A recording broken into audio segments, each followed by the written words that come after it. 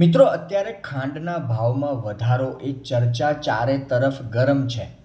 પણ જાણવા જેવી બાબત છે કે શું તમે જાણો છો કે ફક્ત ખાંડના ભાવમાં જ વધારો નથી થયો, ગોળના ભાવમાં પણ 24% થી 25% સુધીનો વધારો નોંધાયો છે. અને મકાઈ, કણકીના ચોખા કે પશુ આહારમાં પણ 10 થી 16%નો વધારો નોંધાયો છે, કે 10 થી 16% એના ભાવ વધી ગયા છે. કે ગુજરાતમાં એક જાણીતા અખબારમાં હમણાં તાજેતરમાં ખાંડના ભાવ વધ્યા એ પછી એક રિપોર્ટ સામે આવે છે. એ રિપોર્ટને મેં ક્રોસ ચેક કરવાની કોશિશ કરી કે ખોટી ઇન્ફોર્મેશન તો નહીં હોય ને આ. તો ક્રોસ ચેકમાં જે જાણકારી મળી તે પ્રમાણે એ જે અહેવાલ હતો, એ જે રિપોર્ટ હતો જાણીતા અખબારનો, એ સંપૂર્ણપણે સાચો હતો. કે છેલ્લા કેટલાક મહિનાઓમાં ઇથેનોલને લઈને જે વાતો સોશિયલ મીડિયા પર ચાલી રહી છે ખાંડના ભાવ વધારા પછી, કે ઇથેનોલ માત્ર શેરડી અને અનાજના વધુ પડતા ઉપયોગના કારણે જે ખાવા પીવાની સામગ્રી છે, ખાદ્ય સામગ્રી કહી શકાય, એના ભાવ વધ્યા છે. જેમાં ખાંડ મુખ્ય રૂપે છે કે 55 થી 65, અને અત્યારે તો 70નો ભાવ સોશિયલ મીડિયા પર, અમુક ટીવી મીડિયા માધ્યમો પર જોવા મળી રહ્યો છે કે એટલા સુધી ભાવ વધી ગયા છે. સાથે સાથે ગોળના ભાવમાં પણ 24 થી 25%નો વધારો નોંધાયો છે.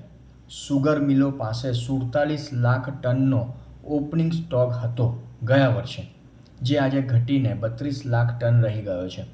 હવે ખાંડની આયાત કરવામાં આવશે. હમણાં તાજેતરમાં એક વિડીયોના માધ્યમથી મેં જણાવેલું, તમે વાંચ્યું હશે સોશિયલ મીડિયા, ટીવી મીડિયા પર, કે 9 થી 10 લાખ ટન કાચી ખાંડ એટલે કે રો સુગર, જે 10 વર્ષના ઇતિહાસમાં આવું પહેલીવાર બન્યું છે કે એની આયાત કરવામાં આવશે.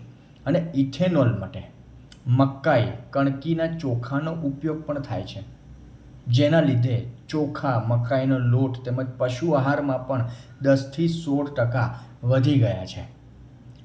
શું કહીએ મિત્રો, આપણે ખાંડની વાતો કરીએ છીએ, પણ ખાંડ, ગોળ, પશુ આહાર, ચોખા, મકાઈનો લોટ, મતલબ કોઈ વસ્તુ આજે સામાન્ય વ્યક્તિના જીવનમાં એવી નથી જે મોંઘી ના હોય, કે સામાન્ય વ્યક્તિ કે સામાન્ય જનતા મોંઘવારીના દબાણ હેઠળ પીસાઈ ના રહી હોય.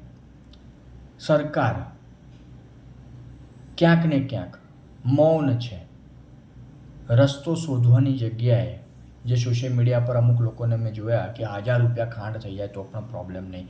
વચ્ચે પેટ્રોલના ભાવ વધતા લોકો વિરોધ કરતા હતો કે 500 રૂપિયા પેટ્રોલ થઈ જાય તો પણ વાંધો નહીં.